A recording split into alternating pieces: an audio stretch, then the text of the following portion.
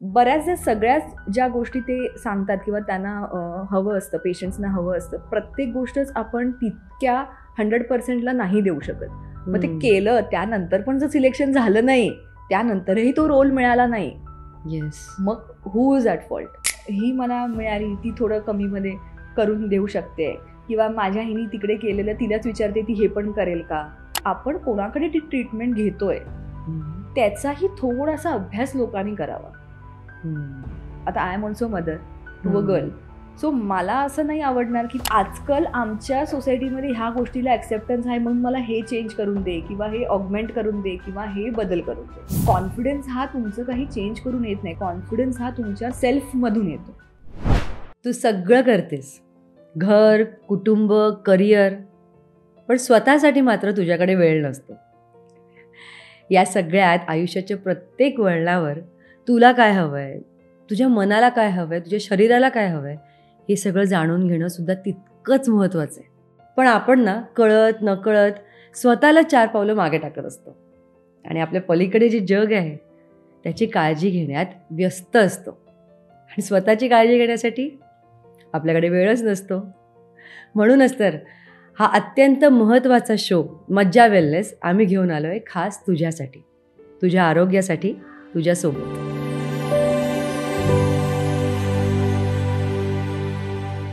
नमस्कार, मी खुशबू मजा वेलनेस या कार्यक्रमात तुमचं मनपूर्वक स्वागत करते. आजच्या या भागात एक खूप इंटरेस्टिंग टॉपिकवर आपण बोलणार आहोत, जो आहे प्लॅस्टिक आणि कॉस्मेटिक सर्जरीज. आपले लुक्स, आपलं सौंदर्य, आपला आत्मविश्वास याबद्दल आता सगळेच खूप जागरूक झालेत. पण त्याचबरोबर येतो तो म्हणजे सोशल मीडियाचा प्रभाव, आधुनिक तंत्रज्ञान, बदलती लाईफस्टाईल. यामध्ये कॉस्मेटिक सर्जरीजची डिमांड खूप वाढत चालली आहे. पण ऑफकोर्स आपल्या मनातले गैरसमज, याबद्दलचे जे चुकीचे समज आहेत, मिथ्स आहेत, ते दूर करण्यासाठी आज आपण इथे भेटलो आहे. या सगळ्या गैरसमजांबरोबर येते ती म्हणजे भीती. आज ही भीती दूर करूया, हे सगळे मिथ्स तोडून फॅक्ट्स जाणून घेऊया. यासाठीच आज आपल्यासोबत आहेत एक अत्यंत गुणी, कुशल आणि लोकप्रिय डॉक्टर अपूर्वा सामंत. बॉडी आणि फेस कॉन्टोरिंगमध्ये यांचा खास अनुभव आहे आणि बऱ्याच जणांना यांनी यांचे ड्रीम लुकसुद्धा मिळवून दिलेत. रुग्णांशी त्यांचा आपुलकीचा संवाद, नवीन तंत्रज्ञानाचा वापर आणि सौंदर्यविषयक शास्त्राला दिलेला आधुनिक दृष्टिकोन, यामुळे त्या या क्षेत्रात एक वेगळीच ओळख निर्माण करतायत. सोशल मीडियावरही त्या खूप ॲक्टिव्ह आहेत आणि कॉस्मेटिक सर्जरीविषयीचे मिथ्स दूर करून योग्य माहिती लोकांपर्यंत पोहोचवतात. चला तर मग स्वागत करूया डॉक्टर अपूर्वा सामंत यांचं. मॅम, कशा आहात तुम्ही? मस्त. तुम्ही खूप सुंदर दिसताय, खूप गोड. थँक्यू. तुमची स्वतःची स्किन इतकी ग्लोईंग आहे आणि तुमचा रेडियन्स किंवा तुमचे वाईब्स पोहोचत आहेत माझ्यापर्यंत. मला कळतंय की तुम्हाला सौंदर्याविषयक किती आपुलकी वाटत असेल आणि त्या क्षेत्रात तुम्ही आहात. तर हे क्षेत्र निवडण्यामागचं तुमचं कारण काय होतं? एकतर सर्जरी करतच होते, जनरल सर्जरी करतच होते, अच्छा. आणि प्लास्टिक सर्जरी म्हणजे हे सुपर स्पेशलायझेशन आहे आफ्टर जनरल सर्जरी. तर असा मला एक काहीतरी विषय हवा होता की ज्यातून मी म्हणजे रोज काहीतरी एक वेगळं किंवा नवीन असं काहीतरी करता येईल आणि थोडंसं फिमेल ओरिएंटेड पण ब्रांच हवी. सो बऱ्याचदा असा विचार आला की वेदर पूर्णपणे ब्रेस्टकडेच जावं का किंवा प्लास्टिक सर्जरीकडे जावं, काय करावं. मग असं वाटलं नाही, प्लास्टिक सर्जरी हे खूप मोठं होरायझन आहे. यु नो, रोज काहीतरी वेगळं, नवीन काही पेशंट्सचे वेगळे डिमांड्स, त्याला आपल्याला केटर करायचं आहे. तर काहीतरी आपलं लाईफ पण असं खूप इंटरेस्टिंग होईल. एकदम मोनोटनस असं नाही होणार, रोज काहीतरी नवीन मिळेल. तसंच आम्हाला ऍक्टर्सला सुद्धा वाटतं खरं तर की रोज काहीतरी वेगळं करायला मिळालं पाहिजे. वेगवेगळे रोल्स मध्ये तुम्ही वेगवेगळं हे करता ना, भूमिका वेगवेगळ्या असतात, त्याप्रमाणे तुम्हालाही रोज वेगवेगळे रोल्स करायला मिळतात. हे खरंच तोच आनंद तुमच्या चेहऱ्यावर दिसतोय की तुम्हाला खूप आवड आणि प्रेम आहे या क्षेत्राविषयी. पण त्याचबरोबर प्लास्टिक सर्जरी म्हणजे ना काहीतरी खूप बदलणं, हे एक समीकरण झालंय. तर मला सांगा, प्लास्टिक आणि कॉस्मेटिक सर्जरी यातला नेमका फरक काय आहे? भारतात प्लास्टिक सर्जरीचा उगम झाला म्हणजे जेव्हा मी हे म्हणते, तर ह्याचा म्हणजे आला कुठे सर्वात आधीचा उल्लेख, तर जेव्हा सुश्रुत संहिता त्यांनी लिहिली, त्यामध्ये त्यांनी लिहिलेलं आहे की जेव्हा आपण ऐकायचो ना, राजांना वगैरे जेव्हा काही कोणाचा राग यायचा किंवा त्यांना शिक्षा द्यायची असायची, तर ते एखाद्याचं जा नाक कापून ये, म्हणजे ही घरी घडलेली घटना आहे का नाही माहित नाही, पण एक नाक कापून ये किंवा ह्याला हे दे, शिक्षा दिल्या. मग त्याला बरं करणं, त्याला नंतर बरं करण्यासाठी कुठेतरी स्किनचा एक भाग घेणं, फोरहेडचा एक भाग घेणं आणि मग ते नाक बनवणं, हे सगळं शुश्रूषांनी त्यांच्या संहितेत लिहिलेलं आहे. आणि त्याला जेव्हा इंग्रजांनी किंवा बाकीच्या देशांनी वगैरे जेव्हा अभ्यास केला त्या गोष्टींचा आणि त्यातलं काही लिटरेचर दुसरीकडे पब्लिश केलं, तेव्हा कळलं की ह्या सगळ्या गोष्टी प्रत्येकाच देशामध्ये कुठे ना कुठेतरी काही ना काही ह्याच्यामध्ये होत आहेत. बरोबर. आणि सर्वात मोठा म्हणजे प्लास्टिक सर्जरी क्षेत्र निर्माण होण्याचा एक मोठा बूम आला वर्ल्ड वॉर पासून.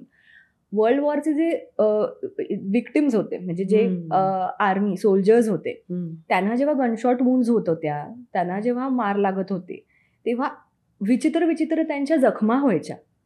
मग त्या जखमांना कव्हर करण्यासाठी बाजूचा टिश्यू घेणं, त्यांना कव्हर करण्यासाठी कुठला तरी दुसरा हे घेऊन लावणं, इथून ऍक्च्युली प्लास्टिक सर्जरी ही सुरू झालं. सो प्लास्टिक म्हणजे आपलं रोजचं प्लास्टिक नव्हे. Plastic means plastikos, which is a Greek word.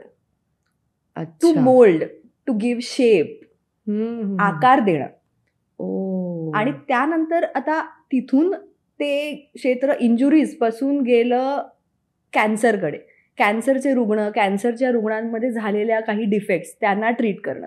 तिथून मग ते गेलं सौंदर्याकडे, की एक असा चेहरा आहे पण थोडा वेगळा काही त्याच्यात बदल करता येईल का. डिमांड्स तशा वाढल्या आपल्या ह्या आता टाइमामध्ये, डिमांड्स तशा वाढल्या.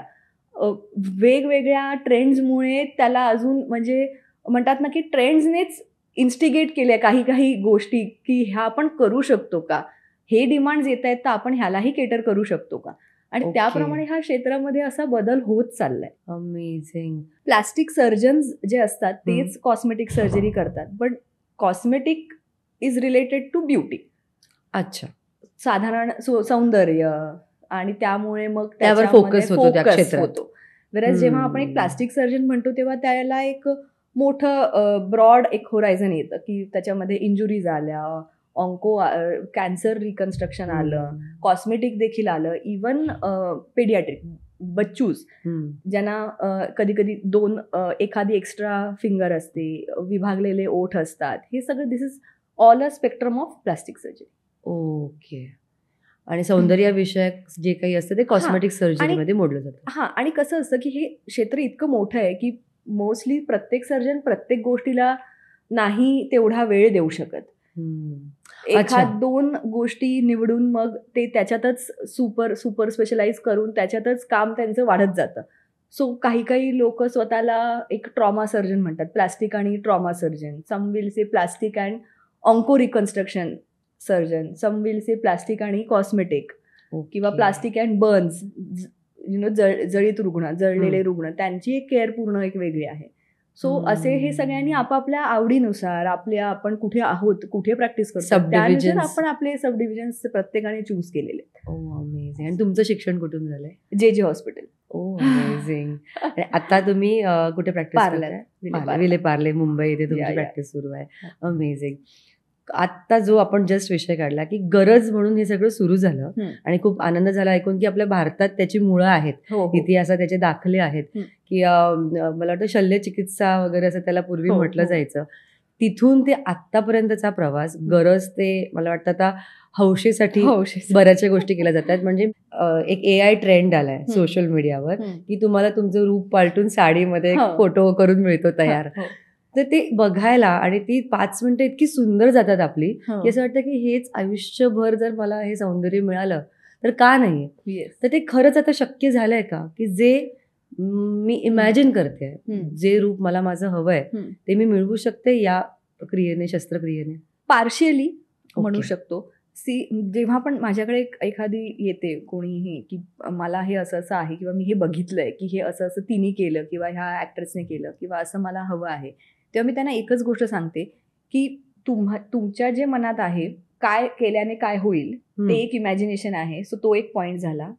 मला माहिती आहे की मी तुमच्या स्किन, तुमच्या टिश्यूज, तुमच्या एज रिलेटेड त्याच्यामध्ये जेव्हा काही करणार आहे बदल, तेव्हा त्याचं ते कुठे रूपांतर त्याचं कशात होणार आहे. सो ह्या 2 गोष्टी आपण कुठेतरी म्हणतात ना मध्य काढूया. बऱ्याचदा सगळ्याच ज्या गोष्टी ते सांगतात किंवा त्यांना हवं असतं, पेशंट्सना हवं असतं, प्रत्येक गोष्टच आपण तितक्या 100% नाही देऊ शकत. बरोबर. देर आर लिमिट्स टू आपण किती सर्जिकली किंवा एका टिश्यूला मॉडिफाय करू शकतो आणि ते किती मेंटेन राहू शकतो ओव्हर द इयर्स, याला काही लिमिट्स आहेत. पण म्हणून मी त्यांना हे सांगते नेहमी की तुम्ही तुमचं जे काही तुमच्या मनात आहे ना, तुम्ही मला सांगा. अच्छा. Don't hesitate. जे एक्सपेक्टेशन्स आहेत किंवा कधी कधी एक्सपेक्टेशन्स ते पण नाही, त्याच्या रिलेटेड अजून एक्सपेक्टेशन्स असतात. म्हणजे दॅट इज लाईक मी हे केलं तर हे असं दिसेल म्हणून मला हा जॉब मिळेल, किंवा मी हे केलं तर मग असं झालं तर म्हणजे माझं लग्न होईल. सो मी त्यांना काय सांगते, मला एंड एक्सपेक्टेशन सांग. ओके. तुझं एंड एक्सपेक्टेशन काय आहे, वेदर त्या गोलला ही गोष्ट होणार आहे का, त्याला ही गोष्ट सॅटिस्फाय करेल का. जर ते नसणार आहे तर तू सर्जरी करशील, पण मग ते गोल जर सॅटिस्फाय झालं नाही तर तशीही तू हॅपी होणार नाहीस. मग तुझं टाइम, पैसे सगळं वेस्ट. म्हणजे मधलं कन्सल्टेशन पण करावं लागतं की, कारण मला वाटतं आता खूप यंग मुलं मुली या सगळ्या गोष्टींचा उपयोग करून घेत आहेत. एज लिमिट काही आहे का यासाठी? एज लिमिट नाही आहे, पण ज्या काही शरीराला असं म्हणजे बदल करणाऱ्या सर्जरीज असतात, ब्रेस्ट म्हणा, बॉडीच्या म्हणा, किंवा इवन फेस, नोजसाठी येतात, चिनसाठी लोक येतात, आणि ह्या येतात म्हणजे ज्या थोड्या मोठ्या आणि थोड्या सिरियस शस्त्रक्रिया आहेत, त्या नेहमी मी त्यांना असं सांगते की ठीक आहे, तुला हवं आहे, म्हणजे अगदी 21 वर्षाच्या मुली पण येतात, 18-21 एवढ्या देखील मुली येतात. मी त्यांना नेहमी काय सांगते, एक काम कर, ठीक आहे, तुला हवं आहे, आपण सगळं डिस्कस केलं, आता गो बॅक. सर्जरीची डेट नको डिसाईड करू, काहीच डिसाईड करू नको, जस्ट गो बॅक आणि now sit on that thought, take your time with that thought. Okay. तरीही जर असं वाटत राहिलं की नाही, मी प्रोज अँड कॉन्स सगळं ऐकून आले डॉक्टरकडनं, आणि तरीही कुठेतरी वाटते नाही हे करायचं आहे, मला हे करायचंच आहे, then come with somebody else from family. मग ती मोठी बहीण असू शकते, भाऊ असू शकतो, किंवा आई असते, कोणाची जवळची मैत्रीण असते एखादी, हे येते. आणि मग कधी कधी त्याच्यामधून कळतं आपल्याला की नाही, हिला हे असे फॅन्टसीज येत असतात, किंवा असं की नाही, हिला हा त्रास होतो. म्हणजे कधी कधी कसं असतं, एखाद्याला काहीतरी स्कार असतो फेसवर, किंवा एखाद्याची चिन खूपच छोटी असते, एखाद्याचं नाक काहीतरी वेगळं असतं, तर ते मला सांगतात की this becomes a conversation starter. So what is a conversation starter? That मला पहिल्यांदा बघून लोक हेच विचारतात, आणि आय डोंट वॉन्ट दॅट. खूप मोठी गोष्ट आहे. म्हणजे लोकांनी मला माझ्यासाठी बघायचंय किंवा माझ्याशी बाकी बोलायचंय. जे काही चेहऱ्यावर आहे किंवा काही माझा भाग इकडे तिकडचा जो काही आहे, कारण प्रत्येकाचाच असतो, ते पहिली गोष्ट नाही झाली पाहिजे. कॉन्फिडन्सचा इश्यू. सो हे जेव्हा कोणीतरी मला सांगतं ना की ह्या गोष्टींमुळे मला असं वाटतं की मी जेव्हा कोणाला नवीन भेटणार असेल, तो माणूस ह्या पासूनच सुरुवात करेल, मग आय डिसाईड की नाही, this is a valid thing. Amazing. नाही, बरोबर आहे. म्हणजे हेतू काय आहे, एंड गोल काय आहे, त्याप्रमाणे तुम्ही करता. आता हे लहान मुलांचं समजू शकतो, त्यांना पॅरेंटल ॲडवाईस तर देणं गरजेचं आहेच, पण करिअरसाठी ही गोष्ट खूप जास्त प्रमाणात केली जाते का आता, की म्हणजे करिअरमध्ये एका स्थानी आपल्याला पोहोचायचं आहे, किंवा एखादा जॉब मिळवायचा आहे, किंवा अभिनय क्षेत्र आहे, मॉडेलिंग इंडस्ट्री आहे, तिथे या प्रकारचे फेस किंवा हे सौंदर्यालाच मान्यता आहे म्हणून केलं जाते, असं काही घडतंय का? हा, म्हणजे अनफॉर्च्युनेटली हो. कारण का येतात येतात मुली असं सांगून की मला एअर होस्टेस बनायचं होतं आणि मला रिजेक्शन दिलं कारण का माझ्या चेहऱ्यावर हे डाग आहेत, किंवा मला रिजेक्शन दिलं कारण का म्हणजे माझं वेट हे असं आहे, तर मी त्याच्यावर खूप आता प्रयत्न करते. आणि असं खूप वेट म्हणजे ओबीज पण म्हणता येणार नाही त्यांना, पण असं असतं की मला सांगितलं गेलंय की मला ह्या एका पिक्चरमध्ये आय हॅव टू फिट, आणि ते माझ्या मनात आहे की मला एअर होस्टेसच बनायचं आहे किंवा मला मॉडेलिंग करायचं आहे, आणि त्यासाठी मला हे मेंटेन ठेवायचं आहे, तर मलाही करूनच घ्यायची गोष्ट. आणि हे प्रेशर आहे, म्हणजे कारण जर ते स्वप्न असेल लहानपणापासून की मला एअर होस्टेस व्हायचं आहे, हे प्रेशर आहे. आणि म्हणजे चांगलं वाईट ते नाही माहिती, पण करतात त्यासाठी की मला ह्यानंतर हा जॉब पाहिजे आहे किंवा ह्यानंतर मला असं वाटतं की माझं सिलेक्शन होईल इथे. ओके. त्यामुळेच मी हे एंडचा गोल जो आहे तो विचारणं सुरू केलं. बरोबर. कारण का तुमच्या मनात आहे की ही सर्जरी केल्यावर हे असं दिसणार आहे, पण मला माहिती आहे की मी ते किती देऊ शकते किंवा प्लास्टिक सर्जिकल किंवा सर्जिकल गोष्ट ही तुम्हाला किती ते अचीव्ह करून देऊ शकते. मग ते केलं, त्यानंतर पण जर सिलेक्शन झालं नाही, त्यानंतरही तो रोल मिळाला नाही, येस, मग who is at fault? Correct correct correct. त्यामुळे नाही, आपण तिथेच आता येणार आहोत की हे किती लॉंग लास्टिंग असतं, कधीपर्यंत टिकतं एखादी कोणती सर्जरी. आता आपण तुम्ही जाता जे म्हणालात ते मला वाटतं बॉडी कॉन्टोरिंग मध्ये येतं का? एक्झॅक्टली काय आहे बॉडी कॉन्टोरिंग? बॉडी कंटुरिंग म्हणजे कसं की जे आता सपोज ओबीज पेशंट्स आहेत, वेट खूप जास्त आहे पेशंट्सचं, फॅट पर्सेंटेज पण बॉडीमधलं जास्त आहे, तर वी हॅव म्हणजे आम्ही प्रोटोकॉल फॉलो करतो जेणेकरून म्हणजे त्यांना डाएट द्यायचं, त्यांचं BMI आणि सगळं ते बघायचं, एक्सरसाइजवर त्यांना ठेवायचं आणि आणि बघायचं की हाऊ मच किती फरक पडतो ह्याने आणि ते किती कंप्लायंट आहेत त्यांना, सो दॅट ते वेट एका नॅचरल वेमध्ये लूज करू शकतात आणि हेल्दी लाईफस्टाईल ते फॉलो करतात.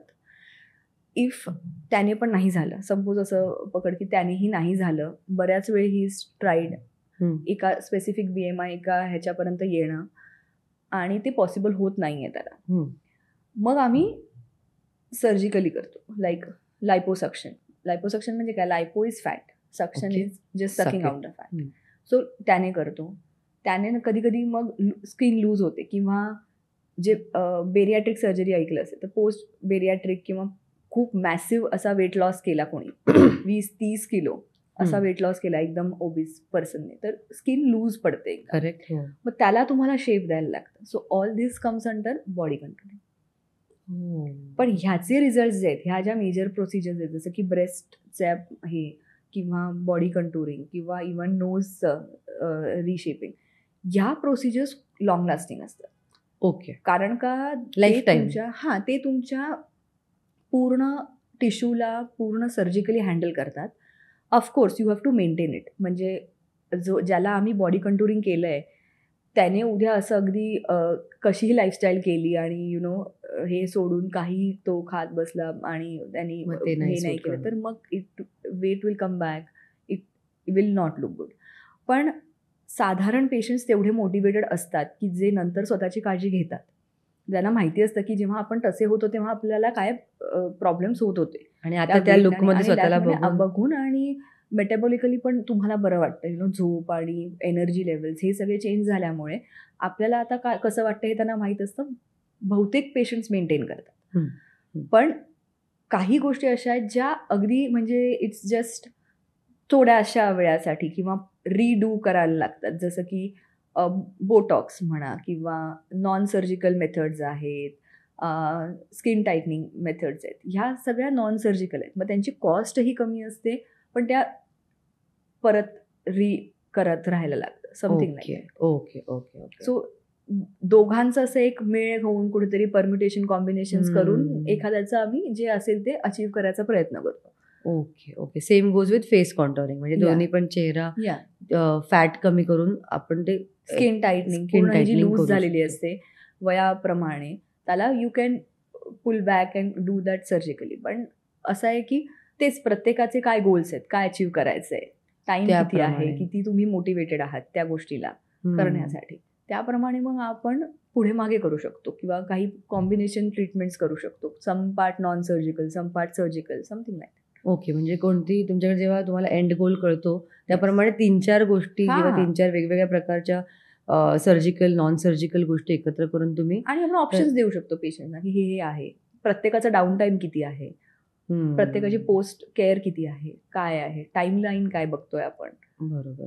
मग या कॉन्टोरिंग प्रोसिजर नंतर हील व्हायला, त्यातून पूर्णपणे नीट बरं व्हायला किती साधारण वेळ जातो? ॲटलिस्ट एक 1 मंथ पुढे मागे पकडून. अच्छा, महिन्याभर. पण पूर्ण शेप तुम्हाला कळायला आणि त्याचं तो फील यायला की हा आपण हे जे काय केलंय ते दिसायला प्रॉपरली एक 3 ते 6 महिने जाऊ शकतात. ओके. पण आणि जेव्हा तुमच्याकडे एखादा प्रॉब्लेम घेऊन कोणतरी येतं तेव्हा सर्जिकल बरोबर नॉन सर्जिकल ऑप्शन्स पण तुम्ही त्यांच्याकडे ठेवतच असाल. तर लॉंग लास्टिंग जास्त कोणतं असतं, म्हणजे सर्जिकल केलं, नॉन सर्जिकल केलं? सर्जिकल इज लॉंग लास्टिंग, पण अच्छा. काही काही अशा गोष्टी आहेत ज्याला नॉन सर्जिकलच ट्रीटमेंट्स आहेत. जसं की आता सपोज फेस रिंकल्स आहेत, ज्याला बोटॉक्सच द्यायचं आहे तर त्याला बोटॉक्स द्यायचं. ज्या एक रेषा येतात इथे येतात कॉर्नर ऑफ द आयला, तर त्याला मेंटेन करायला तुम्हाला बोटॉक्सच करायला लागतं, सो काही काहींना तिथे ऑप्शन नाही. किंवा सपोज कोणीतरी मला सांगितलं की मला ब्रेस्टच सर्जरी करून घ्यायचं आहे, whether it is breast reduction करायचं आहे किंवा ऑगमेंटेशन करायचं आहे, सो त्याला कुठेही नॉन सर्जिकल ऑप्शन नाही आहे. अच्छा. असं. सो काही काही गोष्टी आहेत ज्या अगदी स्पेसिफिक आहेत. काही काही वेळी फेससाठी specifically we can just do a combination. पण काही काही वेळी you have to explain to the patient की नाही, तुम्हाला ही एक्सपेक्टेशन आहे आणि तुम्ही हे करून वाचून किंवा सर्च करून आलाय, पण ह्याला सर्जिकलच ऑप्शन आहे, लाईक इट ऑर नॉट. बरोबर. पण त्याबद्दलची भीती सुद्धा तितकीच मनामध्ये आहे, म्हणजे बऱ्याच इव्हन लायपोसक्शन म्हणा किंवा हे मोठे शब्द आहेत खूप नॉर्मल आपल्या ऑडियन्ससाठी. तर त्यांना जेव्हा हे करायचं, ते असे काही कॉमन गैरसमज आहेत का लोकांच्या मनात, जे तुम्हाला वाटतं की दूर झालेच पाहिजेत? म्हणजे कालच मला एक मुलगी म्हणाली की अच्छा तुम्ही हे म्हणजे एक छोटा चेहऱ्यावर एक स्कार होता तिचा खूप पूर्वीचा, तर मी तिला सगळं एक्सप्लेन केलं आणि मग ती म्हणाली म्हणजे आता you are a plastic surgeon, तर मग तुम्ही त्याच्यामध्ये काही वेगळं घालणार नाहीये ना, बिकॉज इट्स अ व्हेरी असं टर्मिनॉलॉजी ना की प्लास्टिक म्हणजे लोकांना असं वाटतं काहीतरी असं आर्टिफिशियल घालणार आहेत किंवा काहीतरी करणार आहेत. मग मी आपलं जे आता डिस्कशन झालं आधी प्लास्टिकोज ह्या शब्दाबद्दल, ते मी तिला सांगितलं आणि शी वॉज व्हेरी सरप्राईज करेक्ट की हे असं आहे. आणि सेकंडली तेच की म्हणजे मी जर प्लास्टिक सर्जनकडे गेले, कधी कधी आम्हाला असं असतं की कोणीतरी वेगळं सांगतं की नाही हे दिस इज नॉट माय पार्ट, तुम्हाला एक प्लास्टिक सर्जन बघायला लागेल. किंवा जखमांसाठी पेशंट्स येतात कधी कधी, त्यांना असं वाटतं की आम्ही प्लास्टिक सर्जनकडे चाललोय म्हणजे प्लास्टिक सर्जन काहीतरी असं मोठंच सांगणार आहे. असं नाहीये, अगदी लहान लहान इव्हन आता आपण आपल्या पेरेंट्सला सांगायचं ठरवलं की जरा मी प्लास्टिक सर्जनकडे जाऊन येते, तर it's a very big thing. असं खूप त्यांना असं वाटतं ही काहीतरी आर्टिफिशियलच करून टाकणार, काहीतरी असं एकदम वेडवाकडं दिसणार त्यानंतर.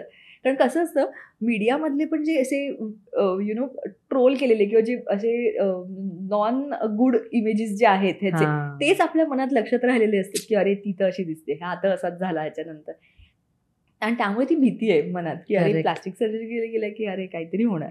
ॲब्सोल्युटली. नाही, मी अगदी याच पॉईंटबद्दल विचार करत होते की मी उर्फी जावेदचा एक शो बघितला. आता ते रियालिटी शो आहे, सो तिच्या आयुष्याबद्दल तिने सगळं खुलेआमपणे त्या शोमध्ये सांगितलंय.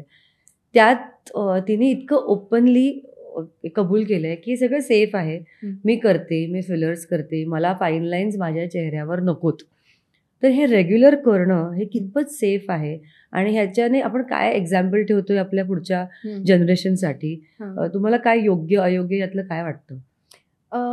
स्वतःला त्यातनं 2 भाग आहेत. म्हणजे स्वतःला मेंटेन करणं ही एक गोष्ट झाली की ज्यात असं आहे की सपोज माझं काम खूपच फ्रंट डेस्कवर आहे किंवा फ्रंट लाईनवर, की माझं लुक किंवा मी जसं अपियर करते ते खूप महत्वाचं आहे माझ्या जॉब करता किंवा इव्हन माझ्या पर्सनॅलिटी करता. माझा फेसच माझा जॉब आहे. असे जे प्रोफेशन्स आहेत किंवा असे जे इंडिव्हिज्युअल्स आहेत त्यांनी हरकत नाही मेंटेन करायला with some injectables, some treatments for the face. कारण का ते त्याच डोसेसमध्ये केले जातात जेवढे त्या वेळेसाठी सेफ आहेत. अनदर थिंग इज दॅट की आपण कोणाकडे ती ट्रीटमेंट घेतोय त्याचाही थोडासा अभ्यास लोकांनी करावा.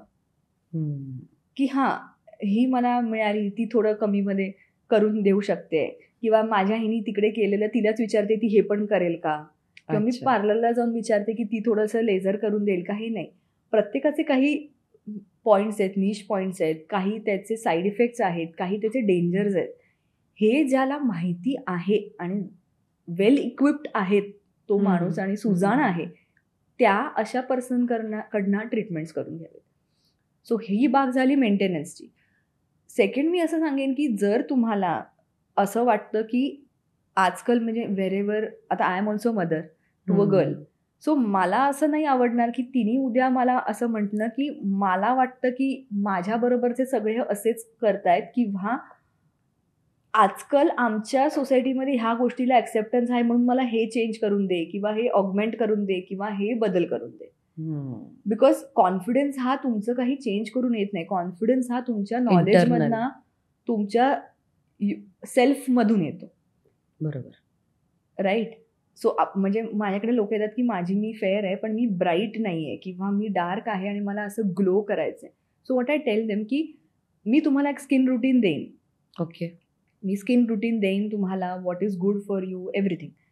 पण कुठेतरी आपण हा विचार करूया की ग्लो किंवा एखाद्या असं असतं की आपल्याला आपण एखाद्या माणसाला भेटतो आणि आपल्याला तो लक्षात राहतो किंवा ती मुलगी अशी इवन 4-5 लोक असतात त्यातला एखादी बाई आपल्याला लक्षात राहते, अरे ती किती छान बोलली.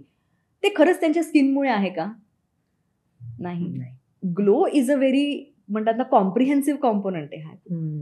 Overall personality it is. हा, तुमची ओव्हरऑल पर्सनॅलिटी, तुम्ही कसं प्रेझेंट करताय स्वतःला, तुम्ही लोकांना वेलकम कसं करता, तुम्ही पहिली गोष्ट काय बोलता जेव्हा एखादा माणूस तुम्हाला नवीन भेटतो, तुम्ही दुसऱ्याला किती इजवर ठेवता.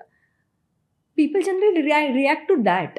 Correct, rather than just skin, असं मला वाटतं. आणि हे कुठेतरी आपण आता लूज करतोय.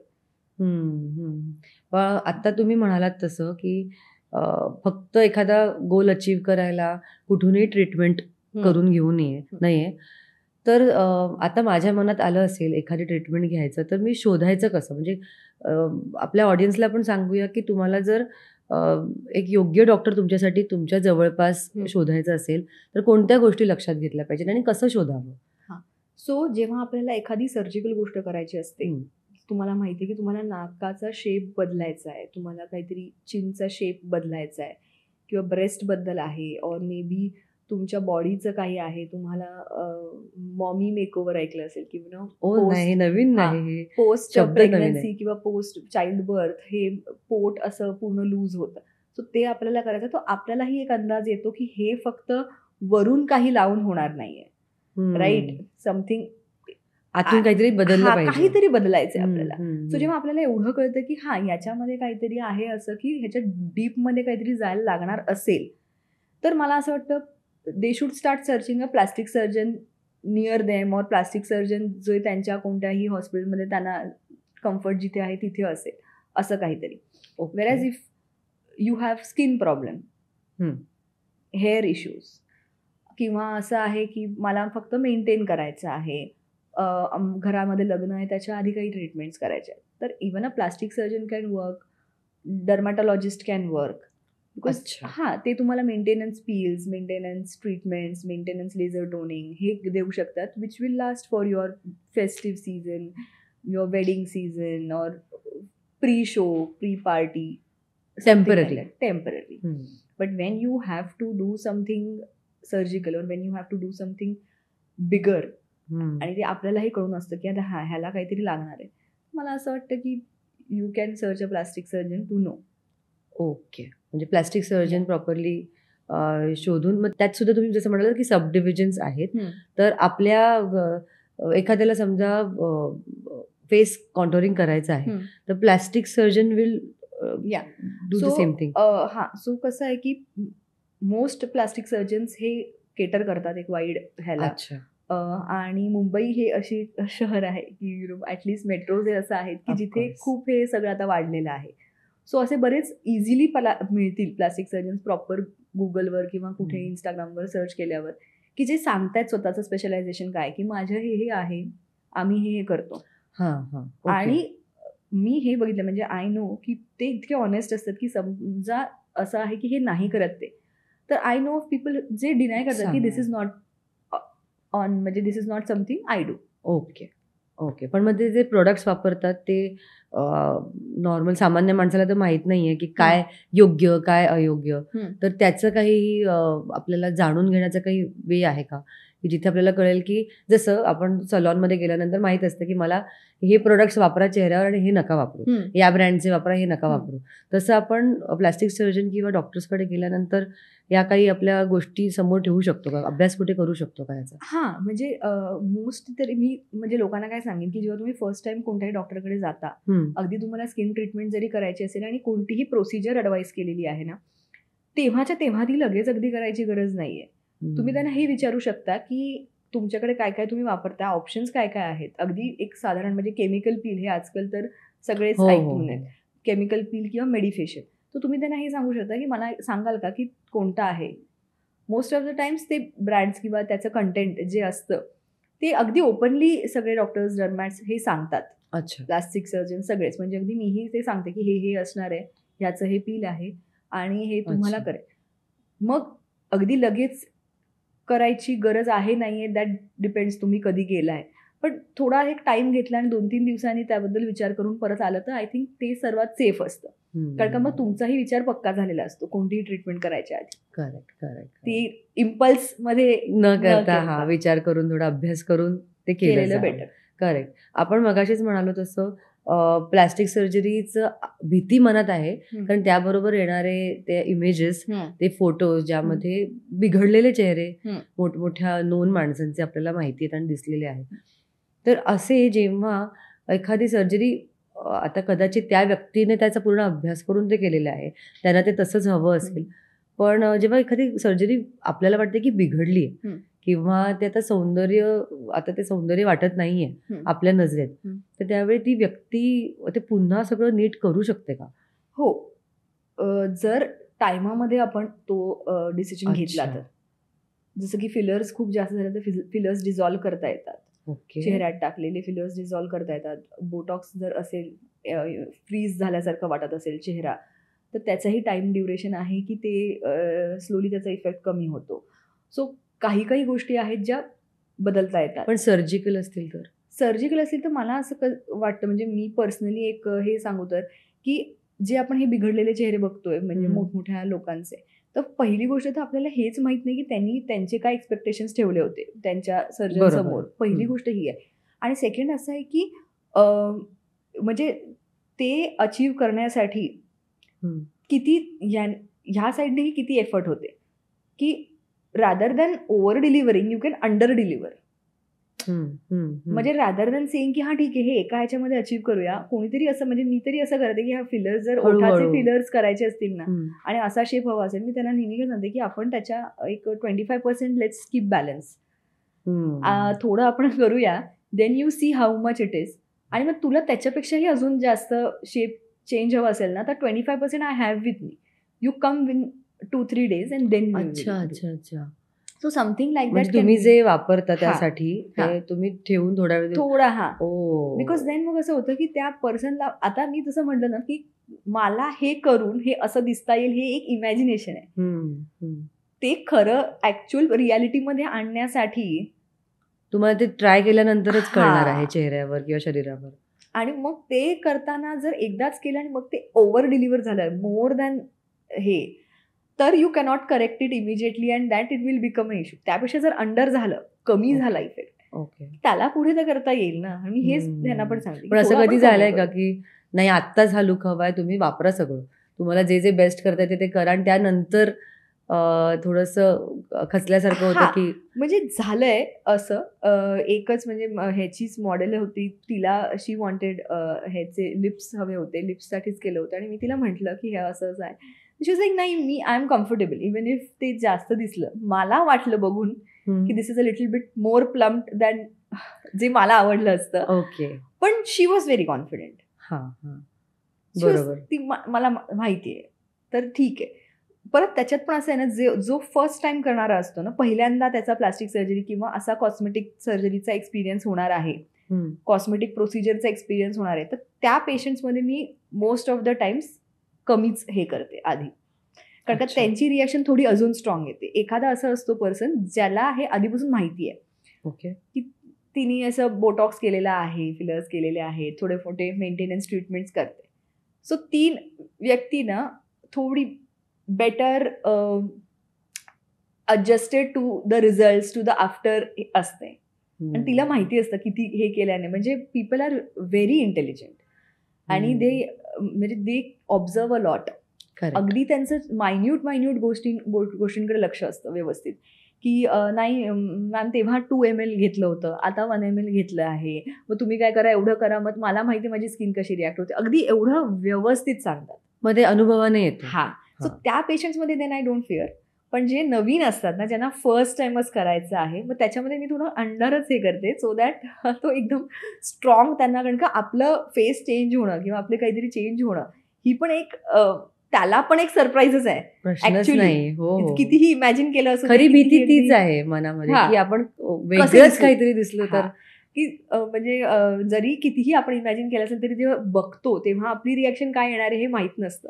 सो मी बरोबर. त्या पेशंटमध्ये थोडंसं अंडर डिलिव्हरच करते. करेक्ट. पण ह्यामध्ये खरं तर खूप अशी थिन लाईन आहे, कारण Yeah. आपल्याला ना हवंय पण नॅचरलच दिसायला हवंय. हा. ही जी एक गरज आणि एक आपलं डिमांड आहे, हम्म. तर ते त्याला कॅटर करता येतं का, म्हणजे की हो. नॅचरलच दिसलं येस येस पाहिजे. येस आरामात आय टेल पीपल की हे बघा, आता ह्याच्यावर जर अजून काही गेलं किंवा असे आयब्रोज पण असं असं स्टाईल आले ना आजकाल हे करायचे ना, खूप जास्त केलं ना तर ते दिसणार आहे, तर ते कळून येणार आहे. त्यापेक्षा काय करू की थोडं हे करू आणि मग बाकी असं मेंटेन करत राहू त्याच लेवलवर, समथिंग लाईक दॅट. करेक्ट. म्हणजे don't make that also a conversation starter की हे तू काय केलं. हे करेक्ट, ज्यासाठी आपण हा. करत होतो. हा अगदी ते बरोबर. परत असं नको दिसायला ही ते करून आली आहे असं नको. पण एक खूप कॉमन आणि आवडती गोष्ट आजकाल ऐकण्यात येते ती म्हणजे नोज शार्प करणं. आणि हा एक शुअर शॉर्ट फॉर्म्युला झालाय सुंदर दिसण्याचा. म्हणजे शार्प नोज इज ब्युटिफुल असं मानलं जातं. ते आहे का खरंच? नोज शार्प झाल्याने सुंदर हो, वाटतो म्हणजे आपण?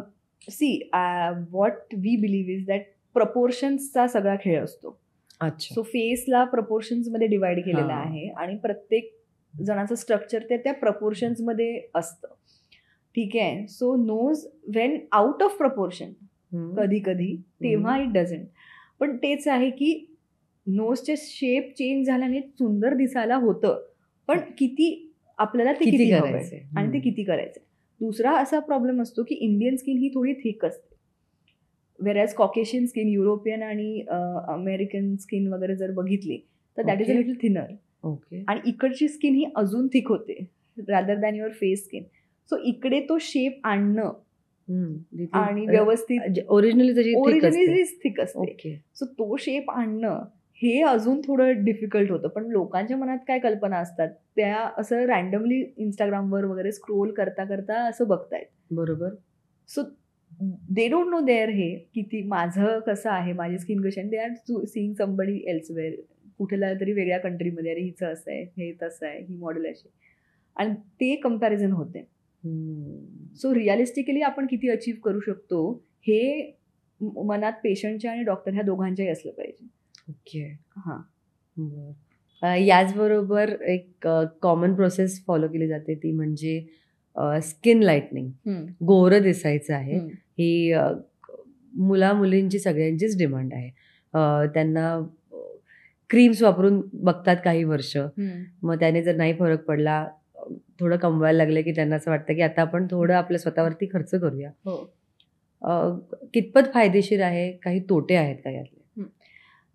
मी ना ह्याबद्दल एकदा मागे देखील हे केलं होतं की जे म्हणजे यंग क्राऊड जो येतोय की मला, मुली एस्पेशली, की मला लाईटन करायचं आहे, मला माझी स्किन टोन ही आवडत नाही आधीपासूनच आणि आता लाईटनिंग करण्यासाठी आहेत हे, तर मला लाईटन करून द्या. तर ॲक्च्युली स्किन टोन बदलत नाही. द थिंग इज की आपल्याला ओव्हर द पिरियड कसं टॅनिंग झालेलं असतं किंवा कुठे पिगमेंटेशन आलेलं असतं सनमुळे, अजून आपल्या म्हणजे बेबी स्किन जी होती ती ओव्हर द इयर्स बदलली आणि स्किनला डॅमेज झालेलं असतं. तर त्या सगळ्या गोष्टी निघून जातात. इवन हे IV जे ड्रिप्स आहेत, ग्लुटाथिऑन म्हणा, ह्या सगळ्यांनी हे निघून जातं आणि ते एक मेंटेन राहू शकतं. पण जर तुम्ही मला सांगता की मी ह्या स्किन टोनची आहे, आता मला एकदम फेअर करा बिकॉज हे अवेलेबल आहे मार्केटमध्ये, तर ते फक्त एक मार्केटिंग गिमिक आहे. अच्छा. हां, म्हणजे सगळं तुम्ही जे बघताय आजकाल सोशल मीडिया आणि ॲडव्हर्टाइजमेंट्समध्ये की ह्याने हे होतंय, तर ते तसं नाही आहे. व्हॉट कॅन बी अचीव्ड, म्हणजे शेवटी स्किन टोन किंवा आपला जो स्किन कलर आहे तो लहानपणापासून अगदी मोठे होईपर्यंत, आपण अगदी म्हातारे होईपर्यंत असाच मेंटेन का राहतो, ह्याचं काहीतरी एक सायन्स आहे ना आपल्या बॉडीमध्ये.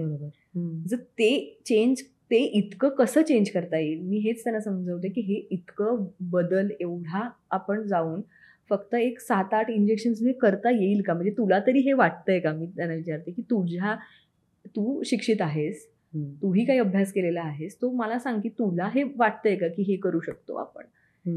It is genetically coded. प्रत्येक आपल्या इतकं आणि निसर्गाच्या विरुद्ध जायचंय कसं करू शकतो, आणि त्याला इनबॉर्न आहे ना, ते तुझं जीन्सच तसे सेल्स बनवणार आहे ज्यातून तो पिगमेंट बनणार आहे. बरोबर.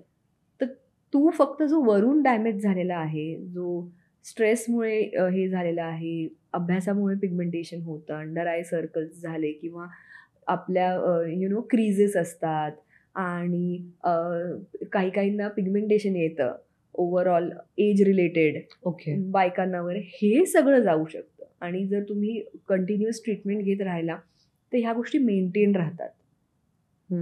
आणि दॅट गिव्स, आणि त्याला स्किनला एक ग्लो येतो, स्किनला एक रेडियन्स येतो विथ दोज ट्रीटमेंट्स. त्यामुळे लोकांना असं वाटतं की अरे हा स्किन लाईट झाली, पण ॲक्च्युली स्किन टोन, जो बेस स्किन टोन आहे तो चेंज झालेला नसतो, तो लाईट झालेला नसतो.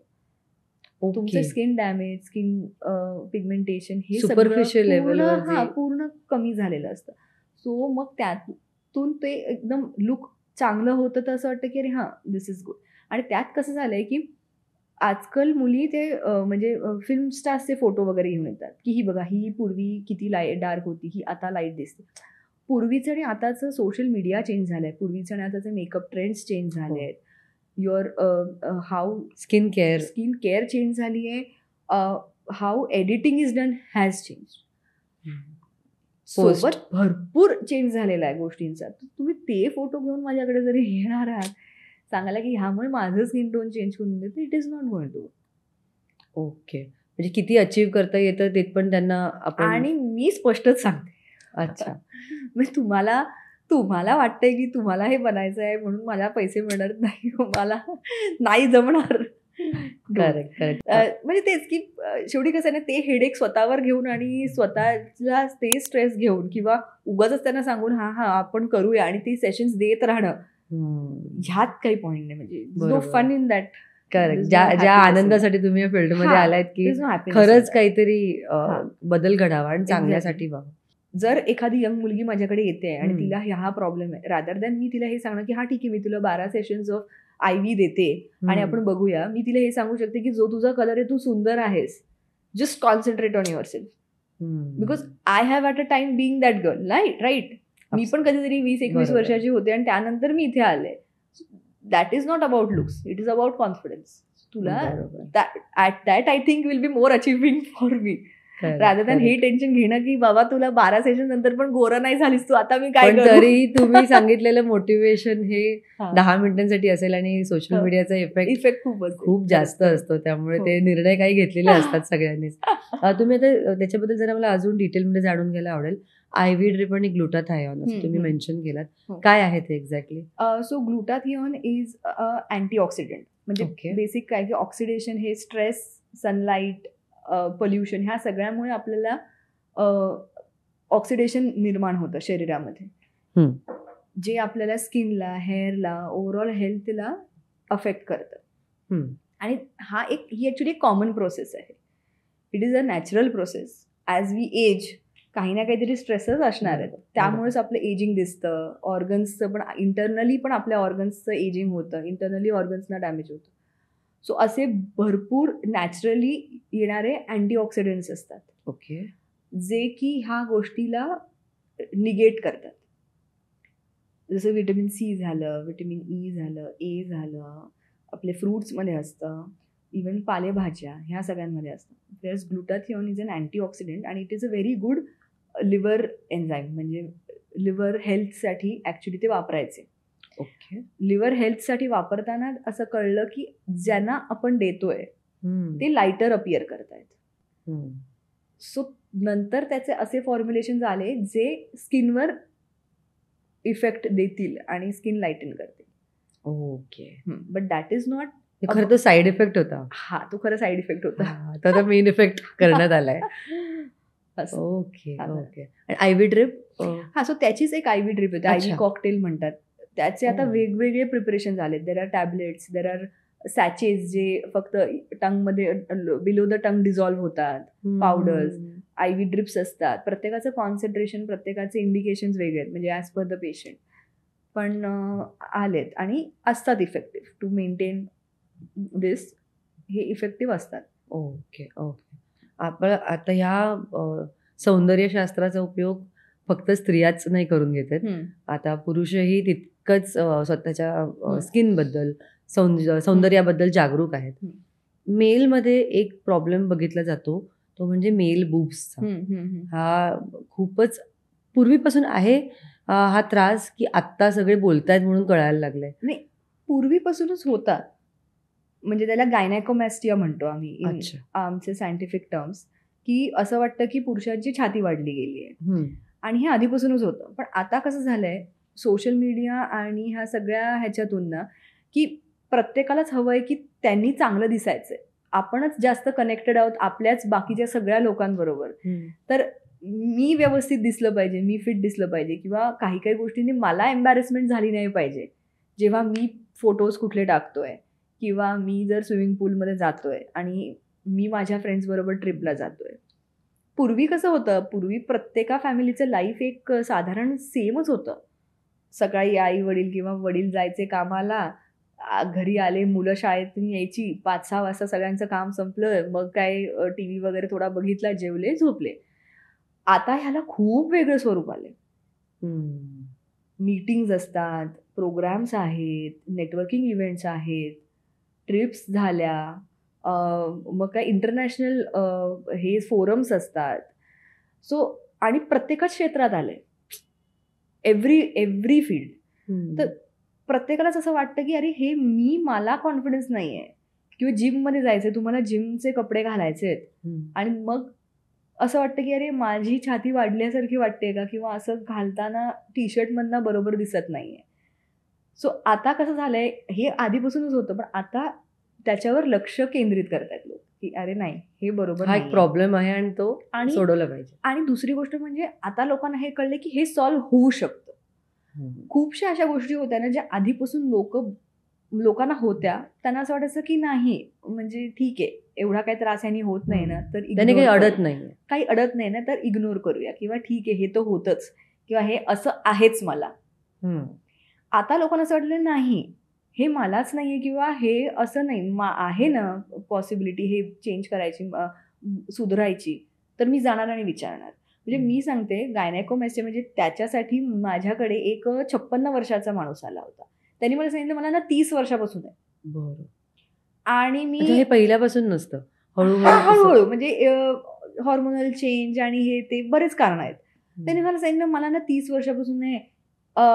माझ्या घरी म्हणजे तेव्हा तर असं काही नव्हतं, एवढं ह्याची एक हे नव्हती, पण मी हे ऑपरेट करून घेणार, कारण का मला तेव्हापासून वाटायचं, मग मी का करून नाही घ्यायचं, वाय नॉट कधीतरी मी का असं हे मी जगायचं, मी करून घेणार. एक होती 78 इयर ओल्ड फिमेल, तिला एक लायपोमा होता, ठीक आहे, डोक्यावर, आणि तिला म्हणजे एक चरबीची गाठ अशी डोक्यावर होती. आणि तिने मला म्हटलं की ॲक्च्युली ही खूप आधीपासून आहे, मला लग्नाच्या वेळी होती माझ्या, पण तेव्हा काय नव्हतं, आणि लोकांनी सांगितलं की जाऊ दे ना, त्याने काय होतं एवढं. पण मग मी माझे केस आहे ना नेहमी एका साईडला जास्त घेऊन असे बांधायचे. आता जेव्हा मला कळलं तुझं इथे क्लिनिक आहे ना, मला वाटलं नाही, हे करून घेतलं पाहिजे, का म्हणून मी नेहमी केस असे बांधायचे. आता माझी मुलं फॉरेनला आहेत, मी सगळीकडे फिरते, I should do it. Very good.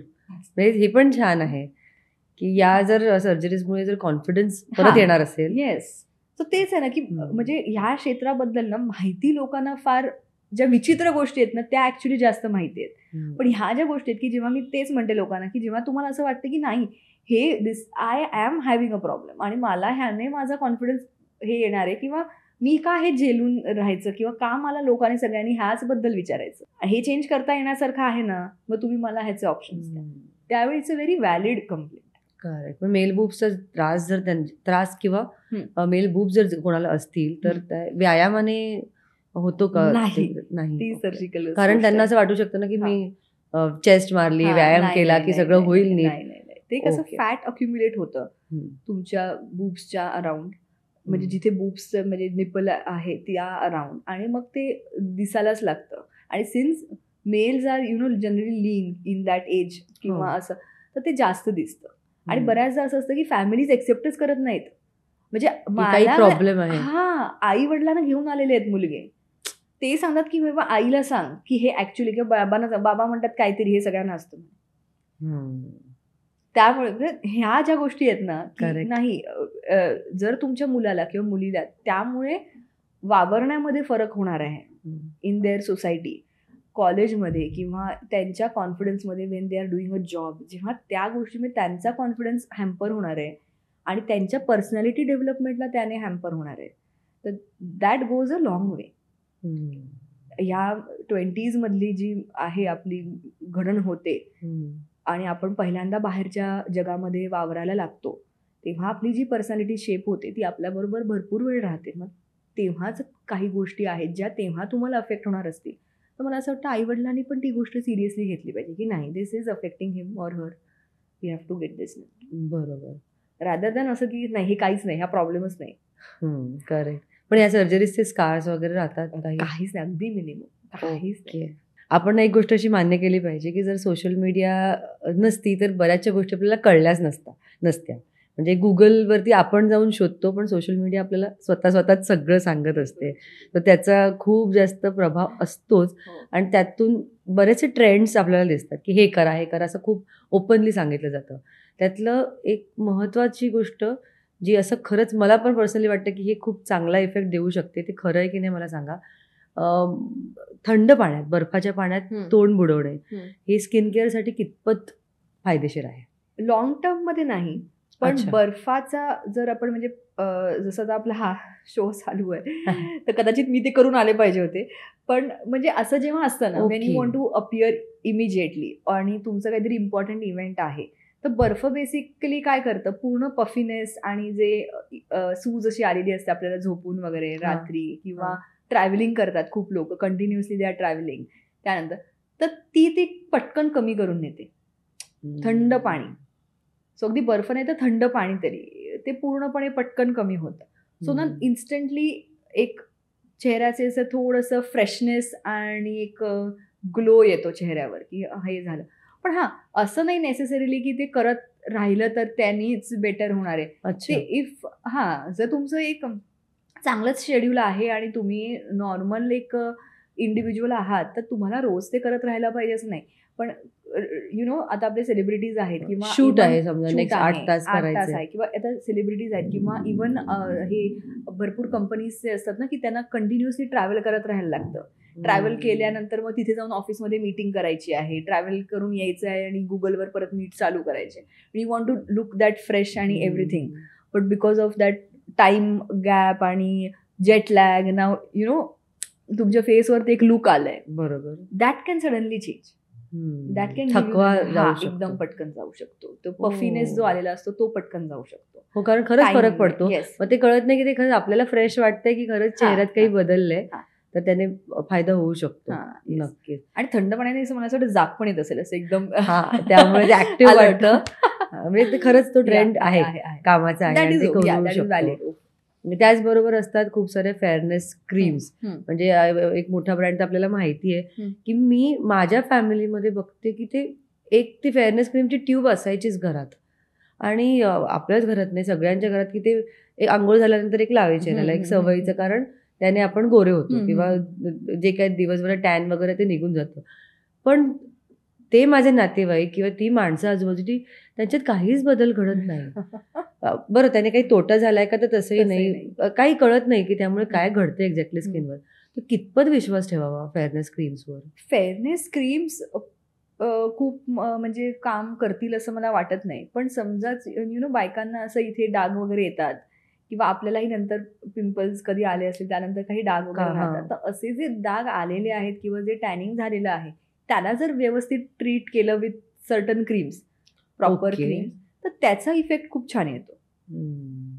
अच्छा, म्हणजे त्याने रादर दॅन जस्ट मला गोरं व्हायचं म्हणून मी क्रीम लावत राहिले, ते मला नाही वाटत एवढं काही काम करत.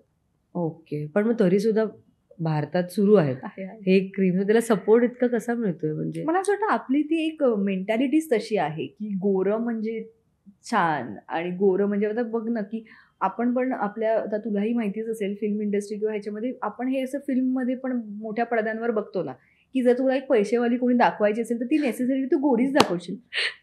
एक आहे ना हे आणि पूर्वीपासून हे अजूनही आहे, तिला आपण गोरीच दाखवू. किंवा जेव्हा आपल्याला एक कॉमेडी कॅरेक्टर आहे तर ते जाडच असलं पाहिजे.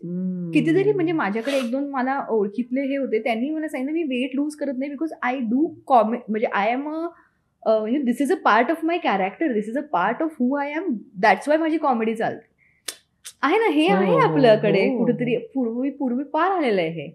त्याला चेंज आता तसंच कंडिशनिंग झालंय आपल्याला आणि तेच योग्य वाटायला लागतं. तुम्ही आता सांगितल्यावर मला एक इंग्लिश म्हण आठवली की असं म्हणतात की you are not ugly, you are poor. म्हणजे त्याच्यामुळे काय होतं की तुम्ही पैशाचा ग्लो दिसतो असं म्हणतात ना, तितपत ते खरं आहे. ह्या सगळ्या प्रोसिजर्स एक्सपेन्सिव्ह आहेत का? खरं सांगू का तर क्लिनिकमधल्या माझ्या प्रोसिजर अगदी म्हणजे कमीत कमी 2000 पासून चालू होतात.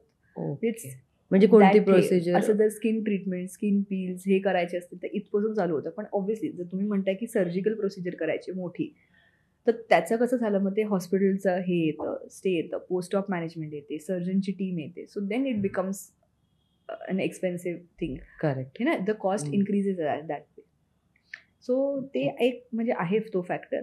पण तेवढं मोटिवेशन किंवा तेवढा एक आउटकम जर मिळणार असेल त्या पेशंटला इन द लॉंग टर्म, तर मग ते वे करतात त्याचे प्रोज अँड कॉन्स आणि करून घेतात लोक. जर त्यांना माहिती असेल की हे इन्व्हेस्टमेंट करून मला हा outcome for these many years long term long lasting मिळणार आहे. आता तुम्ही म्हणालात मिनिमम 2000 पासून अगदी प्रोसिजर सुरू होतात.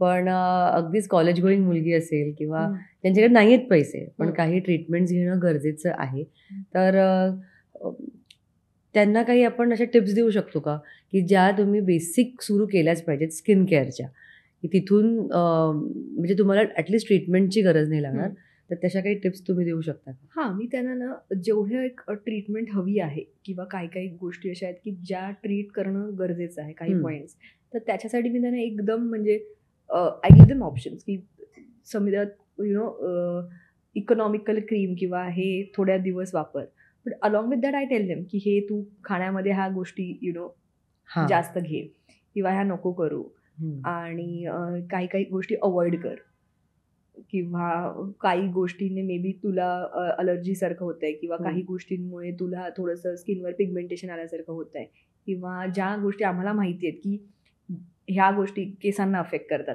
तर मी तसं त्यांना पूर्ण काउन्सिलिंग करते मग की ॲटलिस्ट एवढ्या तरी मेंटेनन्समध्ये चालू तेव्हापर्यंत चालू कर. अच्छा.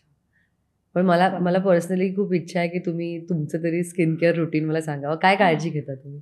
सो मी एकदम ना मिनिमम गोष्टी करते म्हणजे सुरुवातीपासून मला ते जेव्हा असं ट्रेंड झालेली की स्किन केअर रुटीन आणि first I do this, second I do this, हे असं ते होतं नाही सगळं, तर तेव्हापासून मला ते कधी आवडायचंच नाही. अच्छा. Because I am a minimum म्हणजे जेवढं पाहिजे तेवढंच युटिलाइज करा, तेवढंच वापरा ह्या टाईपचेच पर्सन सिन्स बिफोर. सो मी सनस्क्रीन वापरते जे मॉइश्चरायझिंग पण आहे. So something like that. I use just that one thing in the morning after face wash. मला प्लीज सांगा काय सजेस्ट कराल तुम्ही, असं कोणतं आहे? आता आजकाल बरेच येतात असे जे ड्युअल यूज असतात, जे ट्रिपल यूज असतात, सो दॅट तुम्हाला तुमचे लेयर्स कमी करता येतात. So me and of course a little bit of genetics also, घरून पण तशीच आईची वगैरे स्किन आहे. आणि एक सर्वात महत्त्वाची गोष्ट सांगायची म्हणजे I just enjoy what I do. आनंदी राहिला की ते तसं म्हणजे even if a patient has come ना, दॅट माझ्या बाहेर असं गर्दी जरी झाली आहे आणि पेशंट आहे आणि त्याच्यावर गप्पा चालल्यात, तर मी 10 मिनिटं गप्पा मारते. वा वा वा. तर बोल कितीतरी म्हणजे जे पेशंट्स हे बघत असतील त्यांना माहिती की ते येतात त्या लेनमधून जात असतील तरी ते येतात कधी मॅडम तुम्ही आहात का, येतात आणि बोलून जातात. So I just enjoy talking to every patient, doing what I do, investing आत्ताच्या क्षणात जगायचं. हां, येस, आय लाईक दॅट. अरे वा, हे खूपच छान टिप. आणि हे अगदी मिनिमल असेल आणि ते पण एका प्लास्टिक सर्जन कडून ऐकणं खरंच एक खूप मोठं गिफ्ट. आणि मला असं वाटतं तसं आजकाल लोक करत नाहीत. म्हणजे if you are meeting somebody, ते असं खूप असं सगळं आर्टिफिशियल झालंय की मीटिंग, तर मग what you want to give, what you want to take from that every meeting, everything is very structured. किंवा प्रत्येक गोष्टीत फायदा बघितला जाणं, असं आपण फ्रीली फ्लो नाही होत. कुठेतरी पोचायचंय सतत. सतत. मी पेशंटला पण सांगते, तुम्ही माझ्याकडे बसलाय ना, just flow why this thought came to you वा. की मला हे चेंज करायचं, मला म्हणजे ब्रेस्ट ऑगमेंट करायचं. Just talk whatever you want to, just talk so that we can reach. आणि ते एक कम्फर्ट लेवल पण मग मेंटेन होते की माझी डॉक्टर मला म्हणजे मी एवढं सगळं तिच्याकडे बोलू शकले किंवा मी एवढं सगळं तिला हे सांगते, त्यानंतर तिने मला काय सांगितलं. सो तो एक एंड पॉईंट जो रीच होतो तो पण एक खूप व्हॅल्युएड एंड पॉईंट असतो की हां ह्याला काहीतरी आहे. मॅम खरंच आहे, म्हणजे डॉक्टरशी जर असं मनमोकळेपणाने प्रत्येकाला बोलता आलं तर नथिंग लाईक इट. म्हणजे सगळे प्रॉब्लेम सांगा. इवन मला ही ट्रीटमेंट बाबा तुमच्याकडे नाही करायची हे सुद्धा आपल्याला इतकंच ओपनली बोलता यायला आणि मी त्यांना सांगते की हे बघ हे सगळं होऊन पण जर एवढं सगळं आपण बोललो, 3दा 4दा भेटून जरी तुला असं वाटलं की no you are not the doctor for me, just tell me की नाही करायचं, ठीक आहे, no harsh feelings, nobody will call you, nobody will force you. म्हणजे माझ्या डेस्कमधून कधी असं जरी ट्रीटमेंट म्हणजे हे झालेलं असतं ना, तर जनरली कसं असतं की आजकाल सगळे फॉलोअप करतात की तुमची अपॉइंटमेंट झाली होती त्याबद्दल मग तुम्ही आता काय डिसिजन केलंय की तुम्ही या हे अपॉइंटमेंट तुमची आहे. तर हा एक ट्रेंड आलाय की नो तुम्ही एका कोणाला लगेच मेसेज येतो. मी माझ्या टीमला सांगितले प्लीज त्यांना मेसेज करू नका, लेट इट गो. जर ती ट्रीटमेंट तुझ्यासाठी इम्पॉर्टंट आहे आणि जर ती गोष्ट तू ठरवलंयस माझ्याकडनं करणार आहे तर ती करणारच ना, ती येणारच ना तू कधीतरी. मग मी त्याच्यामध्येच मेसेज करून काय करणार आहे. आणि जर ठरवलंय की नाही हिच्याकडनं नाही करायचंय तर मेसेज करून आपण कायच करणार, काय त्याची होणार त्यातून. सो आम्ही कधी असं कोणाला ह्याच्यासाठी मेसेज करत नाही की तुम्ही अरे या, पण हा मी माझ्या ऑपरेटेड पेशंट्सना मात्र मेसेज करते, अरे मला दाखवायला ये. काही हा मी ठीक आहे आणि गायब होतात, अरे नाही तू ये, मला भेटायचंय तुला, to see how you are now. वा नाही बरोबर आहे. खूपच म्हणजे प्रत्येकाला हवीशी अशी डॉक्टर आहे की ज्या या छान गप्पा मारूया, त्यातून जर काही फ्रुटफुल आपल्याला करता आलं तर छान करूया. कारण आपल्याला सगळ्यांनाच शेवटी आनंदी राहायचंय, त्या सगळ्यासाठी हे सगळं चाललंय. तर आता आनंदी नसून कसं काय चालेल. पण एक अजून जनरल भीती असते मनात की जर मी तुमच्याकडे ट्रीटमेंट घेते तर मी इथली ट्रीटमेंट थांबवून दुसरा डॉक्टर कन्सल्ट करू शकते का. समजा मला तुम्ही एखाद्या डॉक्टरने दिलेली कोणतरी क्रीम सूट नाही करत आहे किंवा असं वाटतंय की हे थोडं एक्सपेन्सिव्ह आहे आता, तर ही ट्रीटमेंट थांबवून दुसऱ्या डॉक्टरकडे जाणं कितपत योग्य आहे आणि ते करू शकतो का आपण. जनरल काही गोष्टींसाठी ठीक आहे. जर आपल्याला वाटलं की नाही एखादी डॉक्टर आपल्यासाठी खूप एक्सपेन्सिव्ह आहे किंवा आपण त्या एका म्हणजे कम्फर्ट लेवलवर तिच्याकडे नाही बोलू शकत आहे किंवा असं की यु नो काहीतरी सांगत नाहीये पूर्णपणे आपल्याला की आपलं पुढे काय होणार आहे, ट्रीटमेंट काय करणार आहे, तेव्हा आपण चेंज करू शकतो. पण काही असे जे हे असतात ना, जसे पिंपल्स झालं की काहींना ॲक्नेचा खूप त्रास असतो किंवा हेअर रिलेटेड इश्यू असतो, तो खूप जास्त असतो. तर तेव्हा मी असं म्हणेन लोकांना की generally continue with the same, कारण का ह्या गोष्टींना ना ट्रीट होऊन ओके होण्यासाठी जरा वेळ लागतो. सो दॅट डॉक्टरलाही वेळ लागणार आहे तुम्हाला तो आउटकम द्यायला.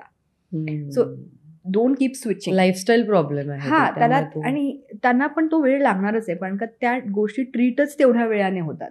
त्याला 1 वर्ष 1.5 वर्ष लागणारच आहे. तर मग त्यामध्ये कारण का परत मग तुम्ही स्क्वेअर वनला येऊन परत चालू करणार, तिथून परत त्या डॉक्टरला सांगणार, तो तिथून परत चालू करणार. हे करण्यापेक्षा give that doctor a time. At least after giving some time तरीही असं वाटलं की नाही इफेक्ट नाही येते किंवा ते कम्फर्ट लेवल नाही येते किंवा काहीतरी कुठेतरी प्रॉब्लेम्स होत आहेत, तर मग चेंज करण्याचं. Okay okay.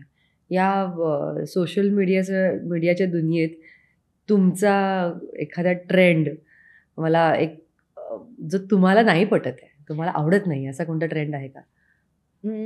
पोर्स.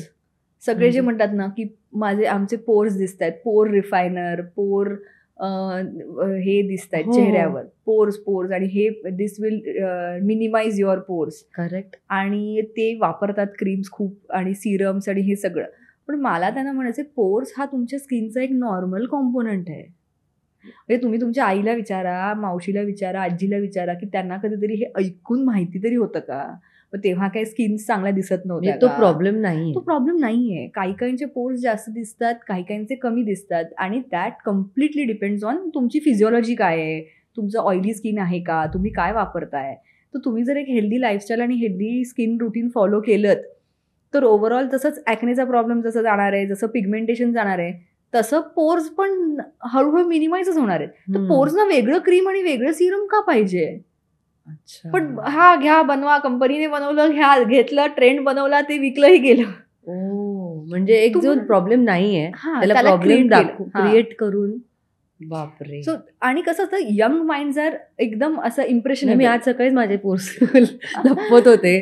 सो आता की ज्या गोष्टी नाही आहेत प्रॉब्लेम, त्यांनी असं म्हणजे कोणाच्या तरी माइंडमध्ये इम्प्लांट करायचं की अरे हा ही आहे, तुला आहे का, मग एव्हरीबडी स्टार्ट चेकिंग, जे त्यांनी आतापर्यंत केलेलं नसतं. बघून अरे हा, हे मग मला दिसते, हे त्या दिवशी रीलमध्ये ती सांगत होती, मग त्या रीलमध्ये जायचं, अरे नाही बहिणी हे सांगितले, लगेच ते ऑर्डर करायचं.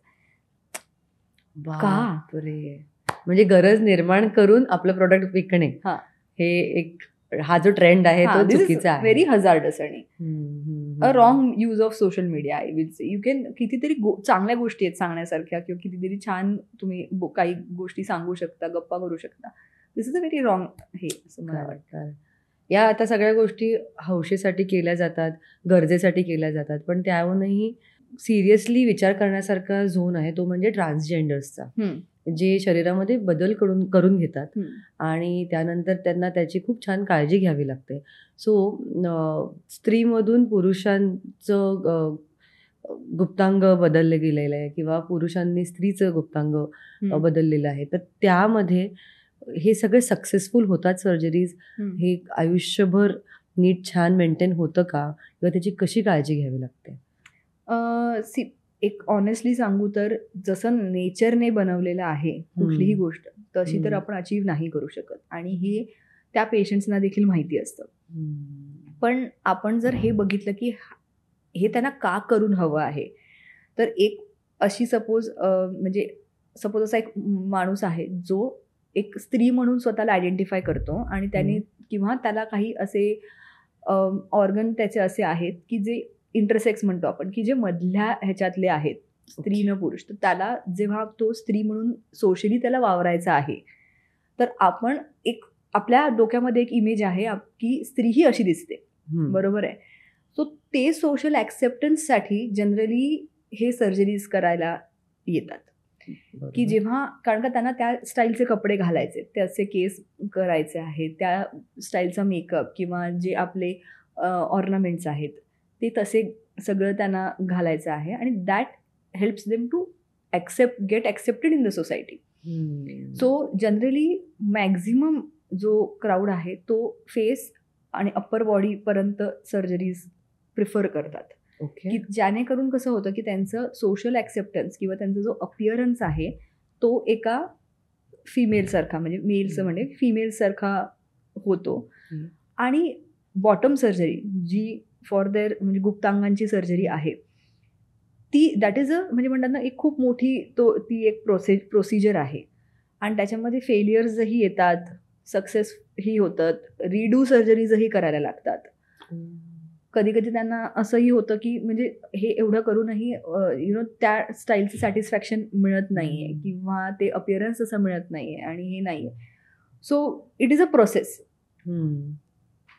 मग तेच हे सगळं सांगून किती मोटिवेटेड तो पर्सन आहे हे ह्याला करायला, त्या घेऊन त्या पेशंटचे टिश्यूज कसे आहेत, त्या पेशंटचं ऑर्गन्स हे कसं आहे, त्याला काय आहे त्याच्याकडे ऑर्गन्स आणि काय नाही, आणि काय आपल्याला बनवायचं आहे, ते सगळं मुळात लक्षात घेता मग त्यांना ऑप्शन्स दिले जातात की काय काय आपण अचीव करू शकतो, त्याचे रिस्क काय आहेत, त्याच्याने प्रॉब्लेम्स काय येतील.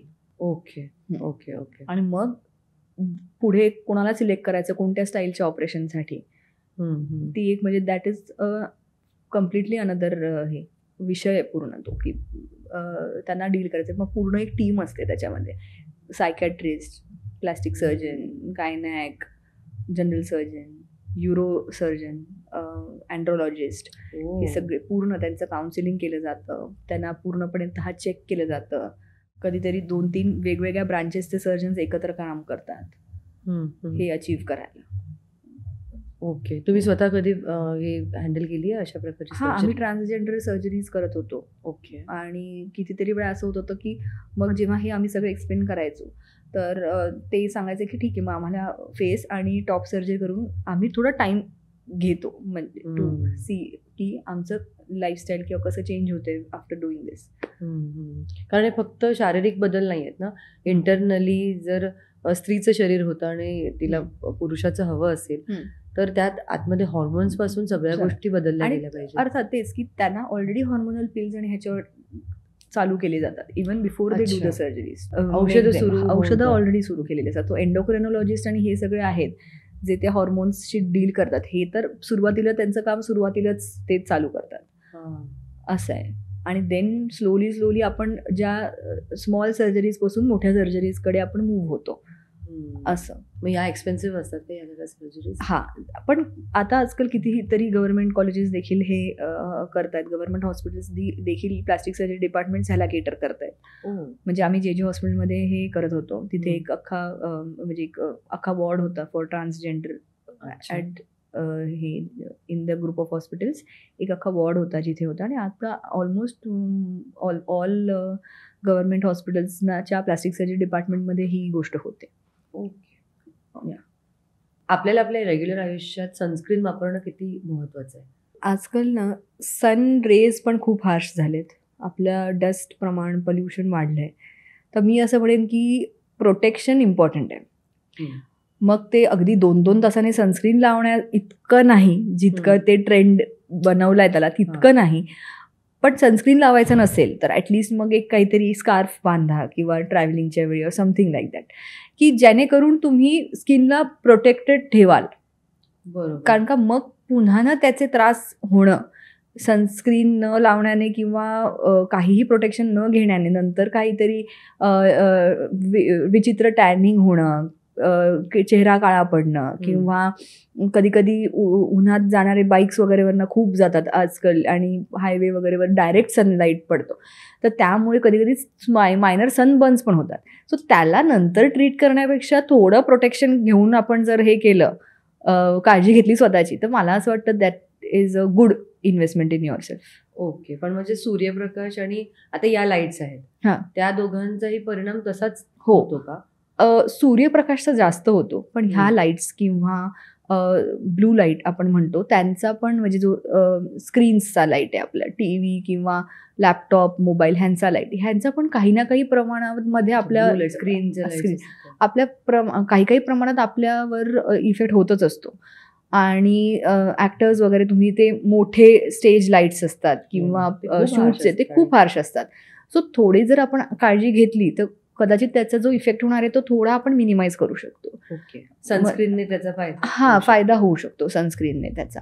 काही काहींचं असं असतं की सनस्क्रीनने खूप चेहरा ऑइली किंवा असा चिकट दिसतो है ना. मग मी त्यांना काय म्हणते की मग जेव्हा करता येईल तेव्हा पाहिजे you just block sunscreen your skin by using a scarf or something. Now when you have to present your self, तुम्ही आहात कुठेतरी असं जिथे लाईट खूप येणार तेव्हा तुम्ही वापरा. सो मिनिमाइज करा यूज मे बी, पण काहीतरी करून तुम्ही प्रोटेक्ट करा स्वतःला.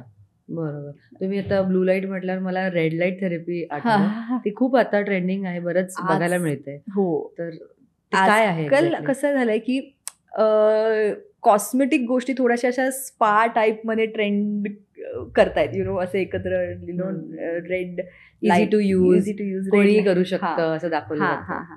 पण जनरली कसं असतं, हे जे इझी टू यूज गोष्टी ज्या विकल्या जातात ह्याच्यावर, त्याच्यामध्ये त्यांची इंटेन्सिटी आणि त्याचं जे विकलं जातं ना ते अगदी म्हणजे खूपच कॉमन किंवा असं बेसिक लेवलवर असतं.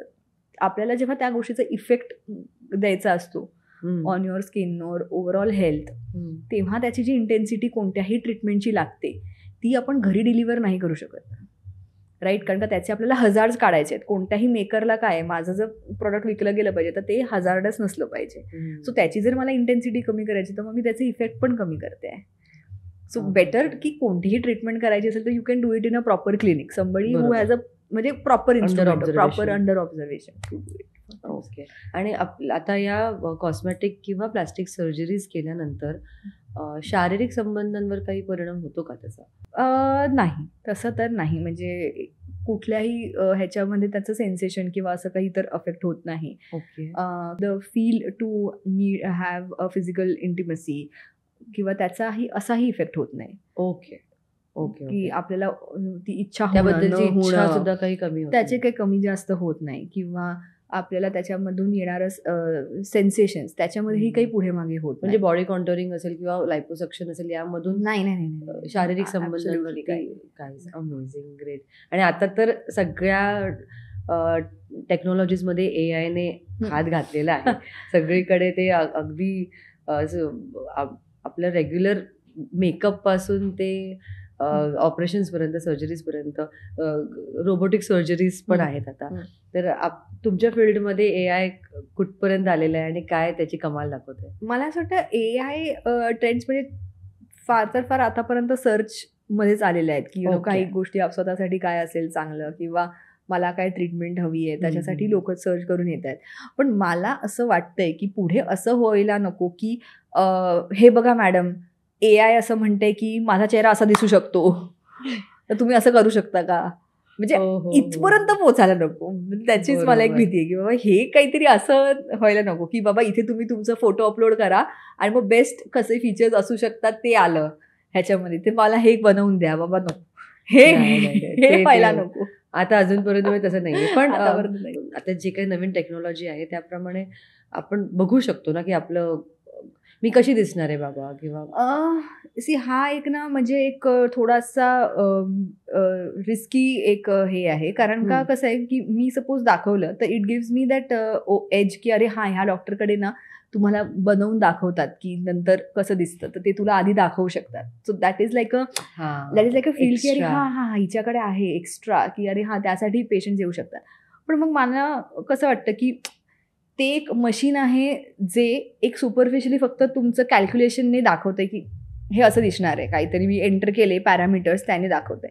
पण जेव्हा आपण एक स्वतःहून करायला बसतोय गोष्ट, त्याच्यामध्ये ते टिश्यू हँडलिंग, एखाद्याचे टिश्यूज कसे आहेत, त्याच्यामध्ये काय घातल्यानंतर ते कसं दिसतंय, हे जे सगळे रियालिटीमध्ये येणारे प्रॉब्लेम्स आहेत एका सर्जनचे, ते दर्शवत नाही ना.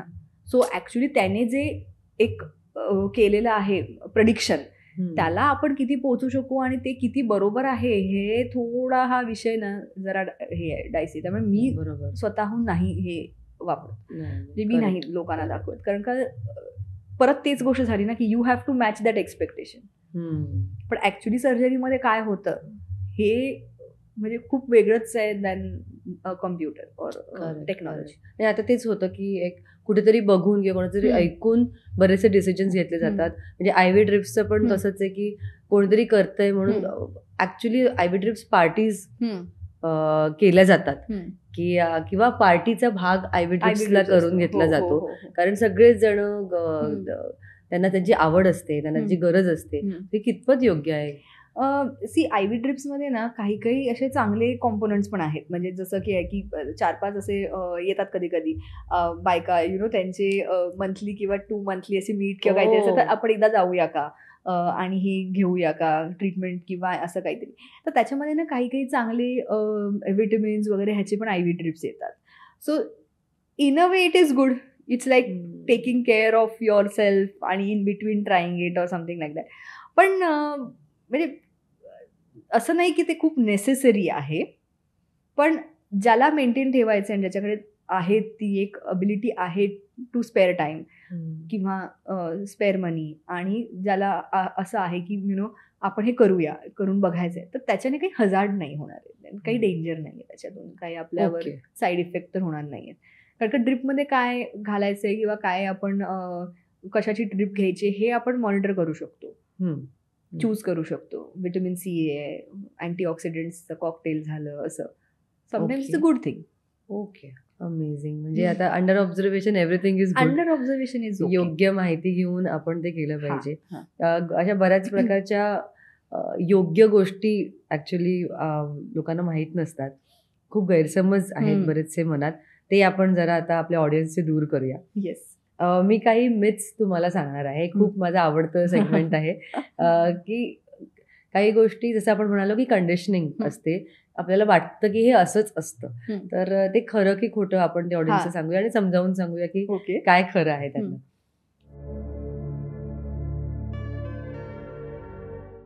लायपोसक्शन म्हणजे वजन कमी करण्याची पद्धत आहे. सॉर्ट ऑफ, पण नॉट कम्प्लीटली. अच्छा, म्हणजे काय आपण लायपोसक्शन म्हणजे काय एक्झॅक्टली? लायपोसक्शन ही एक वजन कमी करण्याच्या पद्धतीचा भाग असू शकतं, अख्ख्या एका प्रोसेसचा, पण not just the process. Okay, कळलं. प्लॅस्टिक सर्जरी फक्त फिल्म स्टार किंवा सेलिब्रिटीजसाठीच असते? अजिबात नाही, अजिबात नाही. म्हणजे ज्यांना अगदी गरज तुमच्या आहे. घरातल्या आजीबाईपासून तुमच्यासाठी सगळ्यांसाठी आहे. अरे वा, व्हेरी नाईस. एकदा सर्जरी केली की पुढे अजिबात मेंटेनन्स लागत नाही? नाही, डिपेंड करतं, पण आय विल प्रिफर पेशंट जे मेंटेन स्वतःला ठेवू शकतं किंवा त्याची काळजी घेऊ शकतं. पण सर्जिकल गोष्टी असतील तर ते तसं काळजी करण्याची गोष्ट नाही. Okay, great. फिलर्स एकदम सुरक्षित असतात, यात कुठलेही साईड इफेक्ट्स नाही? फिलर्स रिॲक्ट करू शकतात तुमच्या स्किन आणि ह्याच्याशी, पण सेफ हँड्समध्ये जर केलं आणि एका लिमिटमध्ये केलं तर it is pretty safe procedure. म्हणजे स्वस्त आहे म्हणून एखाद्या ठिकाणी ते करून टाकण्यापेक्षा नीट व्यवस्थित. पण केलं. फिलर्समध्ये पण खूप टाईप्स येतात, त्यामुळे Okay. You have to choose well. Okay. Cosmetic सर्जरीमुळे सेल्फ कॉन्फिडन्सवर सकारात्मक परिणाम होतो? पूर्णपणे. ते तर मी बघितलेलं आहे. मॅक्झिमम माझे पेशंट्स तसेच असतात, तर अगदी 100%. तुम्हाला एखादी सक्सेस स्टोरी शेअर करायला आवडेल का? एक मुलगी होती, तिला ना कपाळावर खूप मोठा असा एक स्कार होता, आणि त्याच्या बाजूला एक चिकन पॉक्सचा पण एक असा छोटा हे होता, आणि ती सुरुवातीला जेव्हा आली ना तेव्हा तिने, म्हणजे मलाही आहेत ओके चिकन पॉक्सचे स्कार्स आहेत, तर तिने मला म्हटलं की मॅम तुम्हीच तुमचं चिकन पॉक्सचे स्कार्स बरोबर केले नाहीत, मग ते माझे कसे तुम्ही कराल, म्हणजे तुम्हाला का नाही हे केलं. तर मी तिला काय म्हटलं, म्हणजे हे की मला असं कधी वाटलंच नाही की कोणी ते स्कार्सकडे बघतंय, किंवा मला असं वाटलंच नाही की कुठलीही रूम एंटर करताना की अरे मला बाकीच्यांना का नाही आहेत आणि मला आहेत, मला काही करून घ्यायचंय. पण तुझा मी म्हटलं विषय वेगळा, and that is the whole reason why we are here, की तुला तेच गोष्ट, तुझी एक ओळख किंवा तुझी एक कॉन्व्हर्सेशन स्टार्टर किंवा मेन विषय प्रत्येकाला ते सांगणं नको आहे. आणि ती मला म्हणाली ठीक आहे, माझे 1.5 महिन्यांनी मला बँगलोरला पोस्ट आहे, माझं नवीन जॉब सुरू होतोय, फर्स्ट जॉब, त्याच्या आधी आपण करू शकू का? हो म्हटलं करूया. आणि झालं, केलं, आणि she called me from there 2 days after her job, की झालं, म्हणजे nobody is noticing it, nobody is noticing I have done something. So I liked it, की she was a young girl.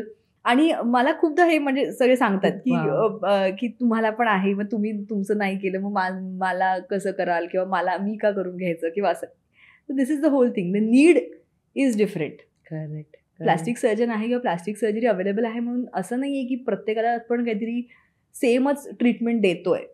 Treatment is customise for your goal, your outcome that you need. Of course. तुम्हाला या छोट्या छोट्या गोष्टी नक्कीच लक्षात राहतात. पण अजून अशी कोणती गोष्ट आहे का जी तुम्हाला इन्स्पायर करून गेली तुमच्या या करिअरमध्ये? एकदा म्हणजे सुरुवातीला जेव्हा मी ट्रान्सजेंडर पेशंट्स बघितले ना, तेव्हा असं आपल्याला हे होतं ना की म्हणजे इतका बदल एखादा माणूस आपल्या शरीरात करतोय. आणि एक मुलगी होती, she was transitioning into a male. तर सुरुवातीला मला असं वाटायचं, तेव्हा आय थिंक मी शिकत होते जस्ट ह्याच्यात, आणि मला असं वाटायचं, मी तिला म्हणायचे की एवढं म्हणजे यु नो युअर हे identifying your self as different, आणि मग हा एवढा प्रवास आहे की एवढे सर्जरीज तुझे होणार आहेत आणि हे ते. आणि त्यानंतर बऱ्याच वेळानंतर ती मला, आम्ही सगळे सर्जरीज केले वगैरे, मग तिथून मी दुसरीकडे वर्क करायला लागले वगैरे झालं. इंस्टाग्राम थ्रू तिने मला कॉन्टॅक्ट केला, म्हणजे त्याने मला कॉन्टॅक्ट केला, आणि त्याने मला म्हटलं मॅम तुम्हाला मी आठवतो का, असं. आणि नंतर मी त्याचं जेव्हा चॅनल वगैरे बघितलं, असंच पेज बघितलं, आणि आय रिअलाइज की अरे this was not the same person, is so confident and so nice, म्हणजे एवढा डिफरन्स झाला आहे हा, आणि that is why it mattered to him, the transition, that is why it mattered. कारण का he was nobody before that, he was not anywhere, he used to not talk in the ward, he used to not talk with us. But now he has the confidence to be on screen, be on camera, and he's talking, he's helping other people like him. Amazing. So it's a huge difference. Correct. So then I actually understood, okay, you know, we can be some powerful people in powerful stories in people's lives. Correct. If done properly, if done ethically, we can actually bring out a very big difference. नक्कीच, म्हणजे खूप पूर्ण आयुष्य बदलू शकता तुम्ही एखाद्या माणसाचं. तर उत्तमच आहे. तुम्ही जेव्हा सर्जरीज करता तेव्हा कोणत्या कोणत्या प्रकारची काळजी तुम्हाला घ्यावी लागते? सर्वात पहिले म्हणजे पेशंटला चालू असलेले काही मेडिकेशन्स आहेत का, ओके, जे आपल्याला थांबवावे लागणार आहेत, किंवा ज्यामुळे आपल्याला काही वेळ घ्यावा लागणार आहे, जे घातक असू शकतात बिकॉज ऑफ द ॲनेस्थेशिया किंवा अशा काही गोष्टी ज्या त्याच्याबरोबर कंबाईन होणार आहेत. First thing. Second thing is की पेशंटला काही सपोर्ट सिस्टम आहे ना हे मी नक्की विचारते. कारण का कितीही झालं तरी पेशंटला थोडं डिस्कम्फर्ट, थोडं पेन हे असतंच. मग मला नको आहे की पेशंट असं अगदी घरात एकटाच पूर्ण आहे किंवा हे आहे. तर मी नेहमी विचारते की ॲटलिस्ट यू हॅव समबडी तुमच्याबरोबर सेफली हे करायला. आणि I always see to it that त्याला त्याचे जे कॉन्स होणार आहेत किंवा जो एक ऑपरेशन केल्यानंतर काही सूज असते, कुठेतरी रेडनेस असतो किंवा कधीतरी ब्रूज येऊ शकते किंवा हे जे त्याचं चॅलेंजेस इमिजिएट पोस्ट ऑफमध्ये येतात, जे बघून पेशंट घाबरू शकतं, ते मी त्यांना आधीच एक्सप्लेन करते की ते त्यांच्या माइंडमध्ये आहे ना की हे होणार आहे, सो दॅट तिथे सरप्राईज होऊन किंवा तिथे घाबरून पेशंटने अशी रिॲक्शन नको द्यायला की हे मी काय केलं. सो जो प्रवास असणार आहे त्यातले जे वाईट आहे तेही मी पेशंटला थोडंफार सांगते की हे होणार आहे, हे एक्सपेक्टेड आहे आणि असं असू शकतं. सो ह्याला यू म्हणजे बी प्रिपेअर्ड. Okay okay. आणि रुटीन जे आपलं ब्लड टेस्ट किंवा जे असतात ते तर करायचेच आहेत, ज्या सगळ्या टेस्ट आहेत with respect to the patient's profile, the patient's already existing diseases वगैरे जे काय असतील त्याप्रमाणे. ग्रेट. खूपच सुंदर माहिती आणि बरीचशी भीती माझ्या मनातली तरी प्लास्टिक सर्जरीला घेऊन निघून गेलेली आहे. मॅम खूपच छान गप्पा झाल्या. इतका वेळ कसा गेला मला खरंच कळलं नाही, कारण इतका महत्त्वाचा विषय आहे जो प्रत्येकाने जाणून घ्यावा, अभ्यास करावा. कारण कधी कोणाला आपल्या जवळच्याला याची गरज पडेल आपल्याला माहीत नसतं आणि हे ज्ञान असावं. अगदी बॉडी कॉन्टोरिंग, फेस कॉन्टोरिंग पासून ते प्लास्टिक सर्जरी, कॉस्मेटिक सर्जरीबद्दल तुम्ही खूप छान सोप्या शब्दात सगळं नीट समजावून सांगितलं. त्यासाठी खूप खूप धन्यवाद. मज्जा पिंककडून तुम्हाला ही एक छोटीशी gift. Thank you so much. Thank you. मलाही वेळ कसा गेला कळलं नाही. नाही, मला पण आता हे कळतंय की तुम्ही पेशंटशी कशा छान गप्पा मारत असाल. तुम्ही जे मगाशी म्हणालात की तुम्हाला मनापासून ही माहिती द्यायलाच इतकी आवडते आणि तुम्ही अशाच सदा हसत आणि यशस्वी असाव्यात असं मला मनापासून वाटतं. माय बेस्ट विशेस टू मज्जा पिंक. थँक्यू. सौंदर्य ही फक्त एक बाह्य गोष्ट नाही, तर आपला आत्मविश्वास, व्यक्तिमत्व याचा एक खूप महत्त्वाचा भाग आहे. हे आज आपण समजून घेतलं. कोणताही निर्णय घेताना योग्य तज्ज्ञांचा सल्ला घ्या आणि नंतरच निर्णय घ्या. आजचा भाग तुम्हाला आवडला असेल अशी मी अपेक्षा करते. आवडला असेल तर नक्की लाईक करा, आपल्या जवळच्या सगळ्यांसोबत शेअर करा आणि मज्जा पिंक या आमच्या यूट्यूब चॅनलला सबस्क्राईब करायला विसरू नका. लवकरच भेटूया नवीन भागात नवीन माहितीसह. तोपर्यंत स्टे कॉन्फिडंट, स्टे हॅपी. तुझ्या आरोग्यासाठी तुझ्यासोबत मज्जा वेलनेस.